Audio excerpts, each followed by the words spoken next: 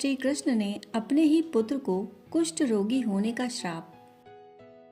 यह प्रसंग भगवान श्री कृष्ण और उनके पुत्र सांब से संबंधित एक पौराणिक प्रसंग है। इस कथा का संबंध पाकिस्तान के मुल्तान शहर में स्थित सूर्य मंदिर से भी जुड़ा है। भविष्य पुराण, स्कंद पुराण और वराह पुराण में इस बात का उल्लेख है कि श्री कृष्ण ने स्वयं अपने पुत्र सांब को कुष्ठ रोग हो जाने का श्राप दिया था। इस श्राप से मुक्ति पाने के लिए सांब ने सूर्य मंदिर का निर्माण करवाया, जो कि पाकिस्तान के मुल्तान शहर में स्थित है। इस सूर्य मंदिर को आदित्य मंदिर के नाम से भी जाना जाता था, परंतु श्री कृष्ण ने ऐसा क्यों किया, आइए जानते हैं इसके पीछे की कहानी। भगवान श्री कृष्ण की 8 रानियां थीं, जिनमें से एक निषाद राज जामवंत की पुत्री जामवंती भी थी। जामवंत उन गिने चुने पौराणिक पात्रों में से एक हैं जो रामायण और महाभारत दोनों ही काल में उपस्थित थे।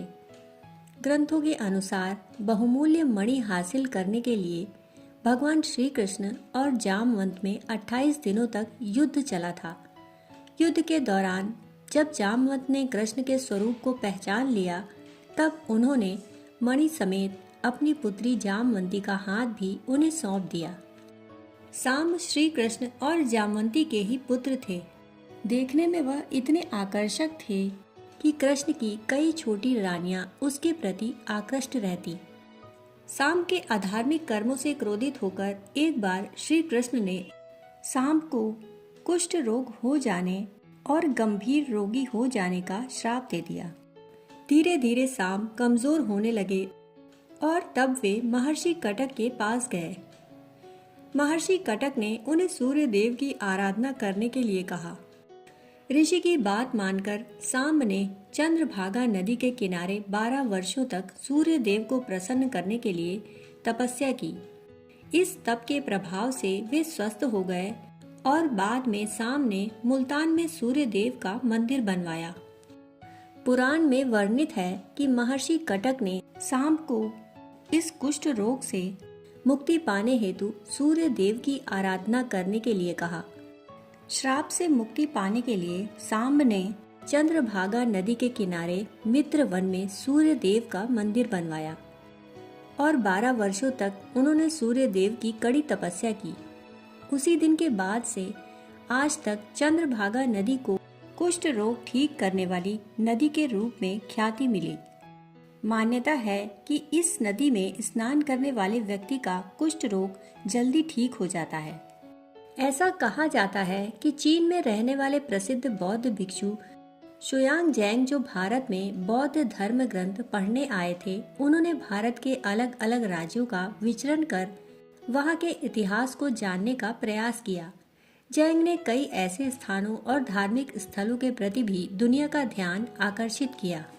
641वीं ईस्वी में शुयांग जैंग इस स्थान पर आए थे। उनका कहना था कि मंदिर में स्थित सूर्य देव की मूर्ति सोने की बनी हुई थी, जिनकी आंखों की जगह पर बहुमूल्य रूबी पत्थर लगाया गया था। सोने चांदी से बने मंदिर के खंभों पर बेशकीमती पत्थर जड़े हुए थे। रोजाना काफी संख्या में हिंदू धर्म के अनुयायी इस मंदिर में पूजा करने आते। बौद्ध भिक्षु के अनुसार उन्होंने यहाँ देवदासियों को भी नृत्य करते देखा था। सूर्यदेव के अलावा भगवान शिव और बुद्ध की मूर्ति भी इस मंदिर में विराजित थी। परंतु समय के साथ साथ इस मंदिर का सुनहरा काल भी समाप्त होता चला गया।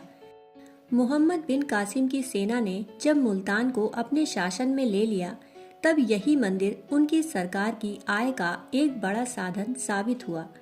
कासिम और उसकी सेना इस मंदिर में लगे बेशकीमती पत्थर व सोने चांदी सब कुछ लूट कर ले गए। मोहम्मद बिन कासिम ने इस मंदिर के साथ एक मस्जिद का निर्माण भी करवाया, जो आज के दौर में मुल्तान का सबसे भीड़ भाड़ वाला इलाका है। इसके बाद कोई हिंदू राजा मुल्तान पर आक्रमण ना कर पाए, इसके लिए सूर्य मंदिर को एक हथियार के तौर पर इस्तेमाल किया गया। दरअसल जो भी हिंदू शासक मुल्तान की ओर आक्रमण करने बढ़ता था, कासिम उसे यह धमकी देता कि अगर वह मुल्तान पर आक्रमण करते हैं तो कासिम सूर्य मंदिर को तबाह कर देगा। 10वीं शताब्दी में जब अल बरूनी मुल्तान के दौरे पर गए तब उन्होंने इस मंदिर का पूरा ब्यौरा दिया। उनके अनुसार 1026वीं ईस्वी में मोहम्मद गजनी ने इस मंदिर को पूरी तरह तोड़ डाला था। बरूनी के अनुसार 11वीं शताब्दी में कोई भी हिंदू अनुयायी इस मंदिर के दर्शन करने नहीं आ सका, क्योंकि तब तक गजनी इसे पूरी तरह तबाह कर चुका था और दोबारा कभी इस मंदिर को बनाने का प्रयास तक नहीं किया गया।